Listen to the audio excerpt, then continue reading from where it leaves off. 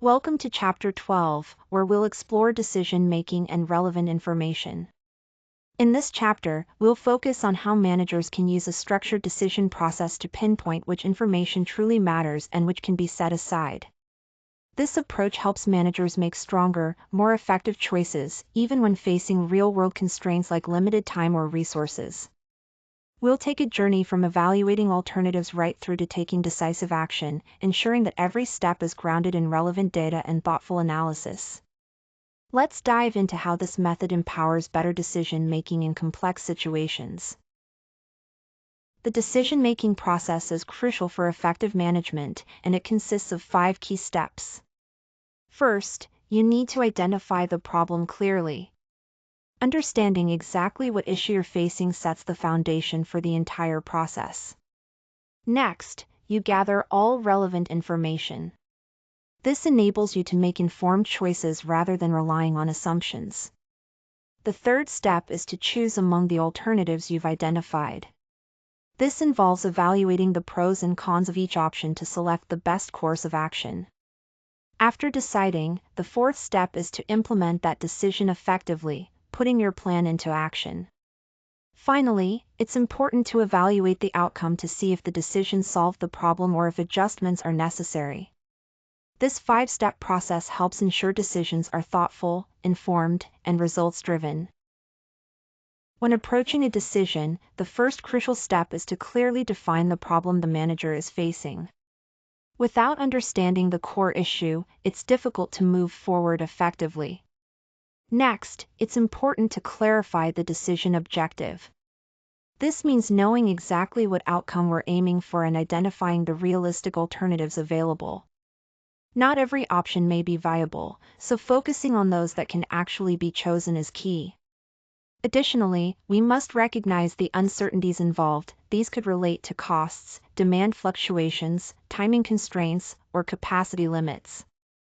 These factors can significantly impact the final outcome, so acknowledging them early helps us plan better. To sum up, step 1 is all about defining the decision clearly before diving into the numbers and analysis.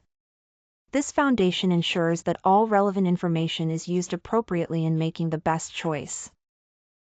Now, let's dive into step 2 of the decision-making process, which is all about obtaining information and making predictions.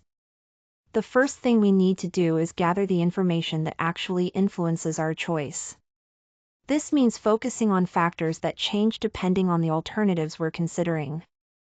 Next, it's crucial to pay attention to the differences in costs, revenues, and any constraints that might affect our decision. Using a combination of solid data and informed judgment, we then forecast the likely outcomes of each option. At the same time, we should deliberately ignore any information that remains constant across all choices, so we don't get distracted by irrelevant details. This approach helps us concentrate on what truly matters to make an effective decision. Now, let's focus on the third step in the 5-step decision-making process, choosing among alternatives.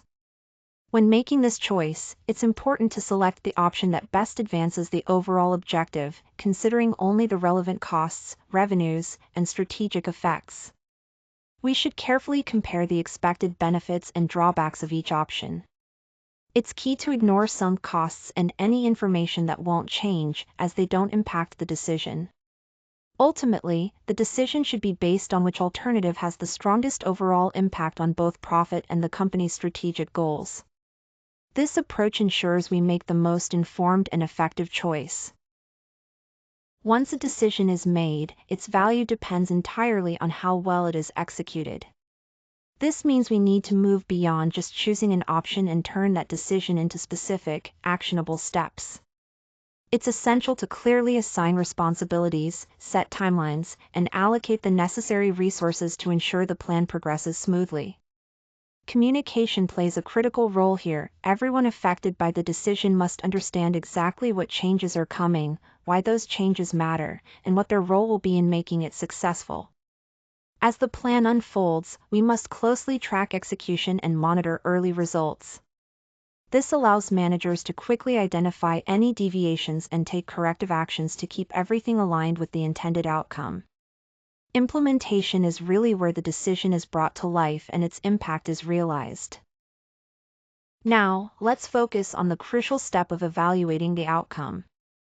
After the decision has been implemented, it's important to measure performance by reviewing costs, revenues, timing, and operational outcomes against what was originally predicted.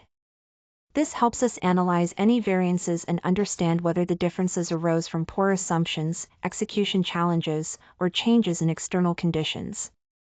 The key here is not to simply judge whether the decision was right or wrong, but to learn from the results. By using this feedback to update our estimates, improve our processes, and strengthen our managerial judgment, we can make better decisions in the future. This continuous improvement is essential for effective decision-making. When making decisions, it's crucial to focus on relevant information. First, relevant costs or benefits are those that will change depending on the choice you make. If a cost or benefit stays the same no matter what, it shouldn't influence your decision. Also, relevant information always relates to the future, not past events. Another important point is that relevant information differs between alternatives. One option must lead to a different outcome than another. Additionally, it impacts incremental profit or cost, rather than totals that remain unchanged regardless of the choice. There are certain types of information you should ignore. Sunk costs, for example, are expenses that have already been incurred and can't be changed. Common costs are identical no matter which option you choose, so they don't help with decision-making. Also, book-based costs only appear in accounting records and don't reflect future cash flows, so they're not relevant either. In summary, relevant information is future-focused data that varies across alternatives and affects incremental profits or costs, making it essential for effective decision-making. When we talk about relevant information in decision-making, it essentially refers to data that varies depending on the choice we make. This includes costs and revenues that will change based on the decision at hand. Importantly, relevant information is future-oriented, focusing on expected cash flows, avoidable costs, and incremental benefits that influence the outcome. For example, when deciding whether to outsource, we would consider the outsourcing price, materials saved, and contribution margin from limited capacity. On the other hand, irrelevant information remains the same no matter which option we select. These details cannot influence the decision since they do not change and typically include past or sunk costs that have already been incurred and cannot be recovered. For instance, the book value of old equipment, historical development costs, and allocated fixed overhead that will persist regardless of the decision are considered irrelevant. The key test to distinguish between relevant and irrelevant information is to ask, does this information change between choices and affect future outcomes? If the answer is yes, it's relevant and should be considered in the decision-making process. If it doesn't change, it can safely be ignored. Opportunity cost is a crucial concept in decision-making. It represents the benefit you forego when you choose one option over the next best alternative. To put it simply, when resources are limited and you allocate them to one product, the true cost is what you lose from not using those resources on the other product. For example, if limited machine time is assigned to product A, the real cost is the lost profit margin from product B. Understanding this helps us make better, more informed decisions by considering what we're giving up alongside what we're gaining. When we compare internal costs to supplier prices, it's important to remember that the real comparison isn't just about those direct costs. Managers need to think beyond that and ask what else could be earned if the same capacity were used in a different way. If outsourcing allows you to free up limited resources and use them for a higher value product or service, that opportunity cost actually makes insourcing more expensive than it might initially seem. So, the best decision depends on how valuable the next best use of that capacity is. This is a key concept in understanding opportunity cost when deciding whether to insource or outsource. When capacity is limited, it's important to recognize that we can't simply produce every profitable product. Instead, managers need to focus on prioritizing the product mix that delivers the highest total contribution margin from the scarce resource we have. What really matters here isn't just the sales volume, but how much each product earns per unit of the constrained capacity. We need to concentrate on the contribution margin, which is the incremental profit each product adds. This means looking closely at how much profit is gained from producing one more unit of a product, rather than just overall sales or revenues. At the same time, we have to consider the capacity used by each product. This means measuring inputs like machine hours, labor time, or any other resource that is limited. It's essential to compare products based on these key metrics so we can understand their impact on our capacity constraints. Lastly, the key strategy is to rank products based on their contribution margin per unit of the bottleneck or constrained resource. We should always produce the products that provide the highest contribution margin per limited unit first. This approach ensures that we maximize profitability despite the capacity limitations. Here, we're focusing on managing bottlenecks, which is crucial because a bottleneck is the step in a process with the least capacity. This means it effectively sets the pace for the entire workflow, limiting total output. To improve results, managers need to protect this constraint by minimizing any downtime and ensuring resources are concentrated where throughput is most restricted. By doing so, we can significantly enhance overall efficiency. This approach is fundamental in decision-making, as having the right information about where the bottleneck occurs helps us prioritize efforts and make smarter choices to keep the process moving smoothly. When managing bottlenecks, the first priority is to focus on actions that increase the flow through the constrained resource. This means ensuring that the bottleneck operates as efficiently as possible since it dictates the overall system capacity. Next, it's important to prioritize products with the highest contribution margin, so we maximize profitability given the limited capacity. Reducing downtime and setup time at the bottleneck is also critical, as every minute saved directly boosts throughput. Additionally, shifting work or outsourcing activities that don't involve the bottleneck can help free up internal resources. Finally, adding capacity should be considered only when the benefits clearly outweigh the costs. These strategies form the core of effective bottleneck management and help improve overall system performance. When deciding whether to add or drop customers, managers need to weigh several important factors. First, the focus should be on contribution after avoidable costs, rather than simply looking at average allocated overhead. This means it's crucial to understand how each customer affects profitability in terms of the costs that can actually be avoided if the customer is lost. Volume impact is another key consideration. Losing sales volume can lead to unused capacity, which then causes fixed costs to be spread over fewer units, potentially increasing per unit costs. Strategic fit also plays an important role. Some customers may help support market access, enhance brand presence, or contribute to future growth opportunities, even if their immediate profitability isn't high. We also have to think about the alternative use of capacity. Dropping a customer only makes sense if the resources freed up can be put to better use and generate higher returns elsewhere. Additionally, relationship effects shouldn't be overlooked. Customers often have value beyond direct sales through things like cross-selling opportunities, referrals, maintaining service reputation, or contract terms that can impact the business. Ultimately, any decision about adding or dropping customers should reflect long-term economics, not just the current reported margin. It's about making thoughtful, strategic choices that align with the company's overall goals and future profitability. Now, let's talk about customer profitability analysis. The main idea here is to measure revenue against the cost to serve each customer. This means looking beyond just sales numbers and understanding the actual profitability each customer brings. It's essential because it helps managers make informed decisions about which customers to keep, which to grow, and how to price or redesign services based on long-term profitability. Focusing on profitability rather than just sales volume ensures that resources are allocated efficiently and strategically for sustainable business success. This concept is a key part of decision-making and relevant information in Chapter 12.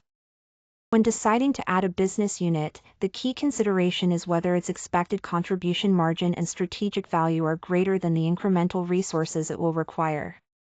Essentially, it should create more future benefit than the costs and scarce capacity it consumes.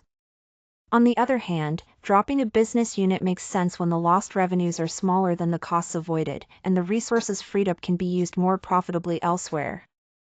It's important to note that allocated fixed costs that remain after the unit is removed should not be a reason to keep it.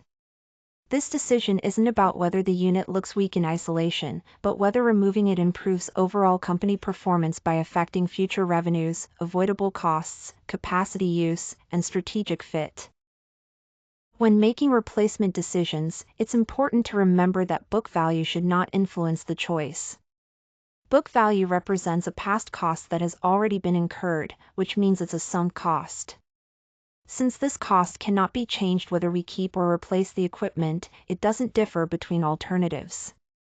The key for managers is to focus only on future cash flows, operating costs, and benefits that will change depending on the decision we make. If we let book value impact our choice, we risk holding onto an asset that's no longer the best option for the company. Keeping our decisions rooted in relevant, forward-looking information ensures we make the most effective and profitable choices. When we talk about equipment replacement decisions, it's crucial to focus on what really changes because of the choice we make. The book value of the equipment is a key concept here, but it's important to understand that book value is irrelevant for this decision. Why? Because book value represents sunk costs, it's money already spent and recorded in the past. We can't recover or change these costs by either keeping the equipment or replacing it. What really matters are future cash flows, the expected savings from operating, the cost of buying new equipment, any proceeds from disposing of the old equipment, and other cash impacts that will actually differ depending on the option chosen. Managers should base their decisions on comparing these future benefits and costs rather than relying on past accounting values, which don't affect the cash consequences going forward. In summary, book value doesn't influence the outcome of the equipment replacement decision because it doesn't change future cash flows. Instead, we focus on relevant information that directly impacts our financial results. When making equipment replacement decisions, it's crucial to focus on forward-looking cash flows rather than the asset's historical cost. What really matters is comparing future operating costs, including factors like maintenance, efficiency, and downtime, since these will change if new equipment is acquired. We also need to consider the salvage value of the old equipment today, because the amount we can sell it for now impacts the net cost of replacement. On the other hand, historical book value should be ignored since past purchase costs and current book value are sunk costs that won't influence the better decision moving forward. The key takeaway here is to base decisions on relevant, future-oriented information to make the most financially sound choice. Here, we're looking at the conflict that can arise between decision models and performance evaluation. The decision model focuses on choosing the option that brings the greatest overall benefit to the company by considering relevant costs, revenues, opportunity costs, and future effects. In contrast, performance evaluation often emphasizes short-term profits, budget targets, or divisional results. This difference can create tension because a choice that is best for the company as a whole might make a manager's individual performance look worse on paper. Essentially, the information used to make decisions doesn't always align with the metrics used to judge those decisions, which can discourage managers from making the best long-term choices. Understanding this conflict is crucial for aligning incentives and improving decision-making within organizations. Here we have some examples of model conflicts that illustrate how the best economic decisions for a company don't always align with what looks good in a manager's reported results. First, consider the decision to outsource a component. From an optimal standpoint, buying it from outside suppliers can lower total costs and improve overall efficiency. However, performance metrics might incentivize managers to keep production in-house just to maintain high utilization rates, even if that's not the best choice financially. Next is the option to drop a low-margin customer.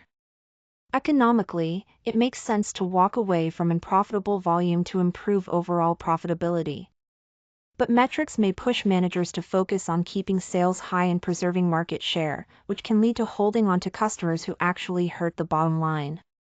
Finally, there's the decision about replacing old equipment. The optimal choice is to replace machinery now, which results in future savings. In contrast, measurement systems might encourage managers to delay replacement to avoid a short-term hit to profits, even though that hurts the company in the long run. These examples highlight an important tension between what's best for the company overall and what the metrics reward at the manager level.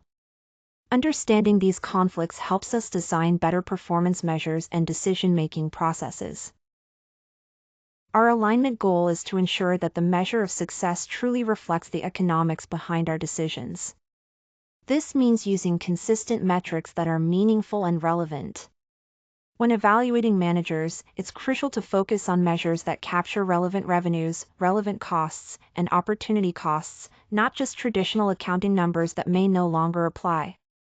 We want to reward long-term value creation, so incentives should be designed around the overall benefit to the company. This discourages managers from avoiding decisions that might hurt short-term results but are beneficial in the long run. It's equally important to clearly explain the logic behind decisions, making assumptions, trade-offs, and capacity impacts transparent. This helps top management understand why the best economic choice might affect unit metrics in unexpected ways. Lastly, reviewing our measures regularly is vital.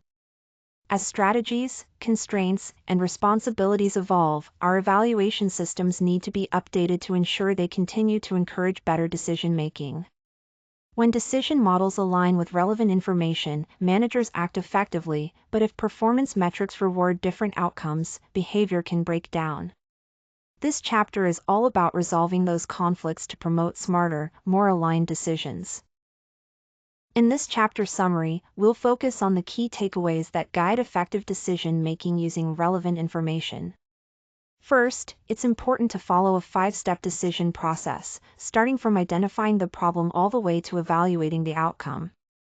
This structured approach ensures thorough analysis and better results.